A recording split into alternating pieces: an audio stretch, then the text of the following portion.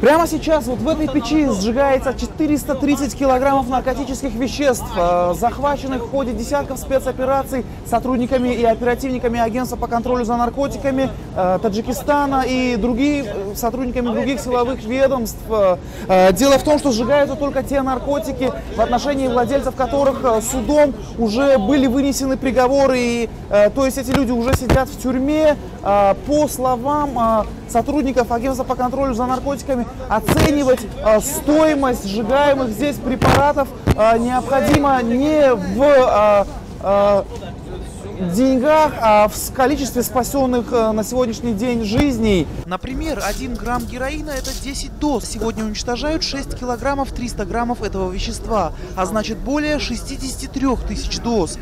Больше всего сожгли гашиша – порядка 240 килограммов, и более центнера – опия сырца. В ходе пресс-конференции агентства было отмечено, что правоохранители в прошлом году изъяли на 1250 килограммов меньше, чем в 2015-м. Из-за обострения международной обстановки и большого количества террористических групп охрана границы с Афганистаном усилена, и контрабандистам тяжелее прорваться в Таджикистан. Низкий рынок сбыта в самой стране, всего порядка 7 тысяч наркозависимых, тоже влияет на уменьшение контрабанды. Снижение производства и посева наркотиков в Афганистане в 2015 году. По данным Управления ООН по наркотикам и преступности и компетентных органов Афганистана, в 2015 году производство наркотиков опийной группы в Афганистане уменьшилось на 3100 тонн. Если в предыдущем году, то есть в 2014 году, было произведено 6400 тонн, то в 2015 году 3300 тонн. То есть на 3100 тонн было уменьшено производство наркотиков опийной группы в Афганистане. Также было сокращено площадь посева наркотикосодержащих растений на 41 тысяч гектаров.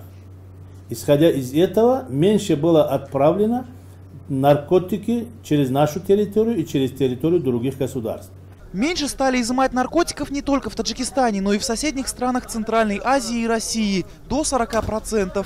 В 2016 году 13 афганских провинций объявили себя зонами, свободными от наркотиков. Сегодня запрещенные вещества выращивают в 21 провинции Афганистана из 34. В специальном хранилище Агентства по контролю за наркотиками сейчас хранится еще несколько тонн наркотических веществ, изъятых в 2016 году.